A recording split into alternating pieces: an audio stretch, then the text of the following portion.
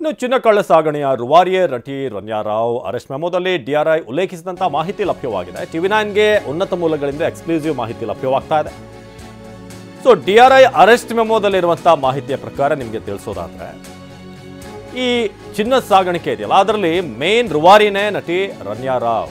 ಇದು ಡಿಆರ್ಐ ಉಲ್ಲೇಖಿಸಿದಂತಹ ಮಾಹಿತಿಯ ಪ್ರಕಾರ ಟಿವಿ9ಗೆ ಉನ್ನತ ಮೂಲಗಳಿಂದ ಎಕ್ಸ್ಕ್ಲೂಸಿವ್ ಮಾಹಿತಿ ಲಭ್ಯವಾಗಿದೆ. ವಿದೇಶದಲ್ಲಿ ಇದ್ಕೊಂಡು ಚಿನ್ನ ಕಳ್ಳ ಸಾಗಣೆಯ ವ್ಯವಹಾರ 6 ತಿಂಗಳು ಭಾರತದಿಂದ ಹೊರಗಿದ್ದು ರನ್ಯಾ ಚಿನ್ನ ಸಾಗಾಟ ಮಾಡ್ತಾ ಇದ್ದಿದ್ದು.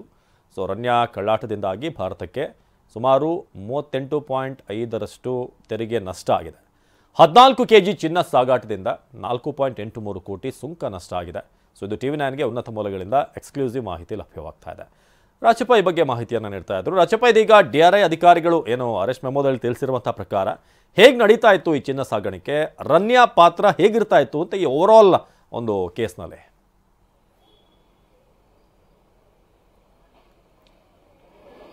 ಅವಿನಾಶ್, ಅಂದ್ರೆ ಈ ಏನು ರನ್ಯಾ ರಾವ್ ಗೋಲ್ಡ್ ಸ್ಮಗ್ಲಿಂಗ್ ಪ್ರಕರಣಕ್ಕೆ ಸಂಬಂಧಪಟ್ಟಂತೆ ಸಿಬಿಐ ಎಂಟ್ರಿ ಕೊಟ್ಟಿರೋದು ಇದೇ ವಿಚಾರಕ್ಕೆ. ಅಂದ್ರೆ ಈ ರೀತಿಯಾಗಿ ಗೋಲ್ಡ್ ಸ್ಮಗ್ಲಿಂಗ್ ಮಾಡೋದ್ರಿಂದಾಗಿ ಭಾರತಕ್ಕೆ ಆರ್ಥಿಕವಾಗಿ ಸಾಕಷ್ಟು ನಷ್ಟ ಉಂಟಾಗತ್ತೆ ಅನ್ನುವಂಥ ಕಾರಣಕ್ಕಾಗಿ. ಹಾಗಾಗಿ ಅದೇ ರೀತಿಯಾಗಿ ಕೂಡ ಡಿಆರ್ಐ ಅಧಿಕಾರಿಗಳು ರನ್ಯಾ ರಾವ್ರನ್ನ ಅರೆಸ್ಟ್ ಮಾಡುವಂತ ಸಂದರ್ಭದಲ್ಲಿ ಒಂದಿಷ್ಟು ಅಂಶಗಳನ್ನು ಕೂಡ ಉಲ್ಲೇಖ ಮಾಡಿರುವಂತದ್ದು. ಆ ಎಲ್ಲ ಅಂಶಗಳು ಕೂಡ ಸದ್ಯಕ್ಕೆ ಟಿವಿ9ಗೆ ಲಭ್ಯ ಆಗಿದೆ. ಅಂದ್ರೆ ರನ್ಯಾ ರಾವ್ ಭಾರತದಲ್ಲಿ ಇರೋದಕ್ಕಿಂತ ಹೆಚ್ಚಾಗಿ ವಿದೇಶದಲ್ಲೇ ಇರ್ತಾ ಇದ್ರು. ವಿದೇಶದಲ್ಲಿ ಇದ್ದುಕೊಂಡು ಹೆಚ್ಚಿನ ಕಾಲ ಅಲ್ಲಿಂದ ಗೋಲ್ಡ್ ಸ್ಮಗ್ಲಿಂಗ್ ಅನ್ನ ಮಾಡ್ತಾ ಇದ್ರು.